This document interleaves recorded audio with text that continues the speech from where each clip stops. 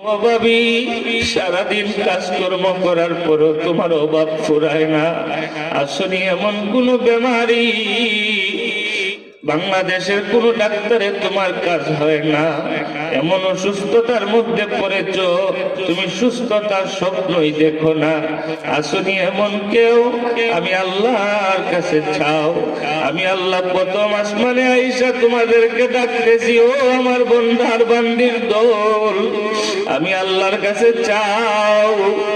ঋণের বোঝা মাথায় নিয়া বড় পেরেশানির মধ্যে ভুগতে আসো, আমি এই শেষ রাতে তোমাকে এসে ডাকতেছি, ও আমার বন্দার বান্দিরা, আমি আল্লাহর কাছে চাও। আমি তোমাকে ঋণ পরিশোধ করার ব্যবস্থা করে দিব, আমি তোমাকে ঋণ পরিশোধ করার ব্যবস্থা করে দিব, আমি তোমাদেরকে অভাব দূর করে দিব, আমি তোমাদের পেরেশানি দূর করে দিব, আমি তোমাদের অসুস্থতাকে সুস্থতা হিসাবে নিয়ামত দান করব। আসনি এমন